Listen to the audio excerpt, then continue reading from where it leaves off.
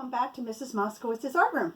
Today I want to do a project in the style of Edgar Degas that we learned about a couple days ago. And if you remember, Degas loved to do people, and he did them off-center, and he did sculptures, he did paintings, and everyone who has done pictures and paintings of people, the one thing that they all do have in common, remember this one from Leroy Neiman, they're all in proportion. And people have a certain proportion to how long their arms are, how long their legs are, and it's usually measured by the size of the head. An average person is 8 heads long, and a face is the size of a hand. Your foot fits in your forearm, and your body can only move and change directions where there are joints. So at the wrist, at the elbow, can go back and forth. The shoulder is a ball joint. It can go all the way around. Your neck can move. Your hips and your waist, your knees and your ankles. Those are the only places your body can bend. The rest of it is all bones, like Mr. Bones here, where you can see, here's the shoulder joint, the arm can move there. This is straight, it's bone, it will not bend. The same as with the forearm and the hand, but at the wrist, it can bend, and at the elbow. And the same with at your hips. Your leg can go up and down and around. With your knee, it can go back and forth. And your ankle can swivel around. Those are the only places that you can move. Put him back over there. So when you see an artist, a lot of times they'll be going like this. And they'll squint one eye, and they'll use a pencil or pen, whatever utensil they're using, and they're going to be measuring the head. And then from the head, they'll measure how many heads are in the rest of the body. Average number is 8. So that's what we're going to go with here. And we're going to start with just drawing a person so that they're in the proper proportion. So we're going to start with the head. Okay? And the head is going to reflect how much bigger the rest of the body is going to be. You're going to build it on part by part. So from your head, you're going to build in your shoulders. And then what I like to do is measure my head and then make equal measurements all the way down my paper so that I know where each part should go. And that's how tall my person's going to be.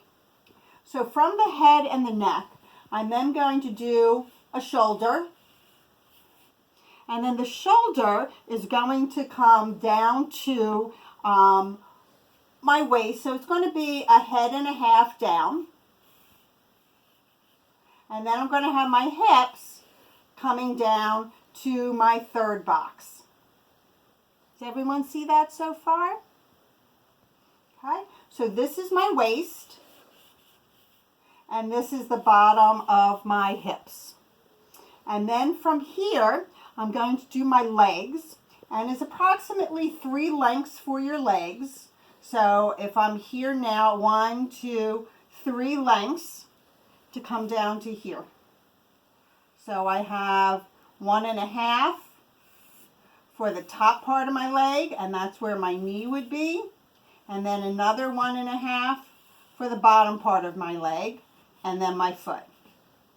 And I would do the same thing over here by going around, and there's my knee, and then down to my ankle, and then my foot over there. Okay, and now the arms. And a lot of people draw their arms coming out of their neck, and then only coming up to here. And if you stand up and you put your arms down, you can see that they come mid-thigh. And even though it seems like that's a long area, that's where they come to. So I like to put a ball here. And then I'm going to draw my arm, again, is two parts. You have your upper arm and your lower arm, and then your hand. So my upper arm, my lower arm, and then my hand. And the same on this side. Whoops. That's why I suggest you guys do this in pencil, so that if you need to make any corrections that you can. Okay? And that would be approximately the proportions for your body. And then you can add different accessories to it. You know, if you wanted to make a short sleeve shirt, you could bring that over and come up, and there you would have the shirt. You could make a rounded collar and bring the shirt down. Okay, and then we'll put a skirt on her, which would come down to here.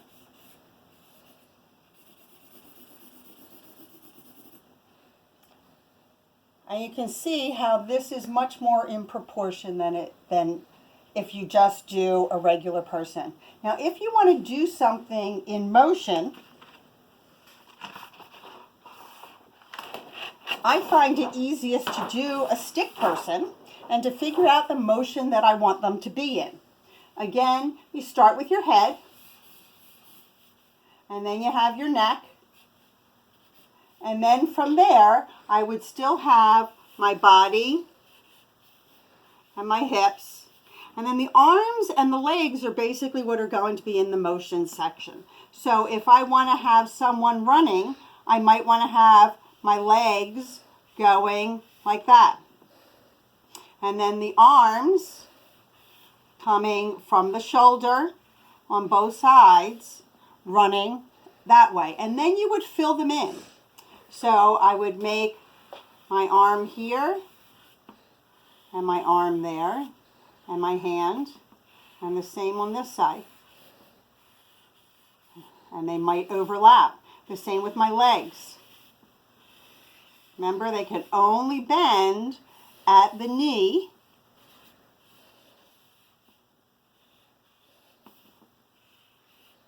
And there I can have a person who is running. I like to use this handy dandy model, which helps me to figure out what positions I want to do and the proportions for it. So if I was doing like the little ballerina that Degas sculpted, I could put her, my model, in that position with her feet out, her hands behind her back,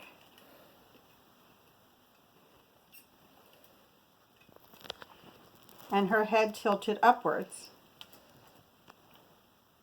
And then that would be similar to my ballerina there. And then I could turn it around, oops, and draw it from looking at this. And you can see this too has the two parts for the legs. You have your hips, your upper body, your head, your neck, and your arms with the shoulder, the elbow, and the wrist. Okay, so when you want to get to the face part of this,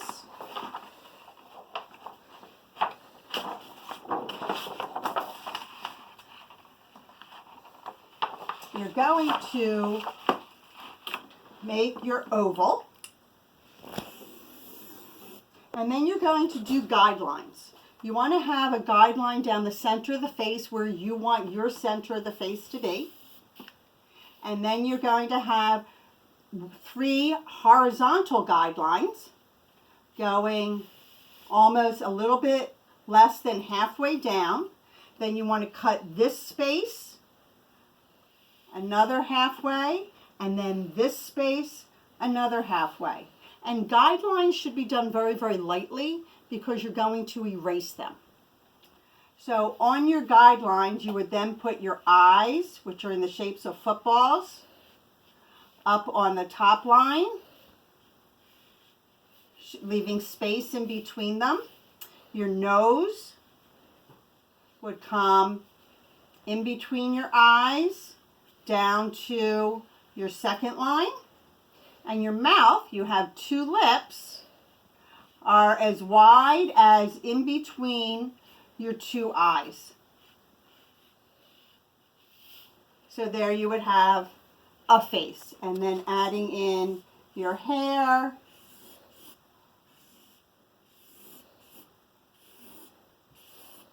and your neck, which comes from your ears, and you would have wait a minute, we forgot eyeballs,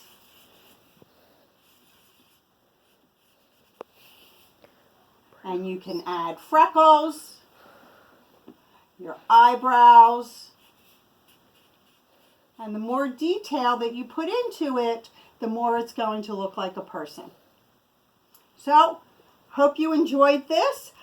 There are handouts available of drawing people in action, where you can cut out each one of the pieces and then put them together in any position that you want to. And everything here is in proportion. And there's also the handout of the body and how to put one together on your own. So, if you enjoyed this video, please don't forget to subscribe so you don't miss one. And again, bye from Mrs. Moskowitz's Art Room.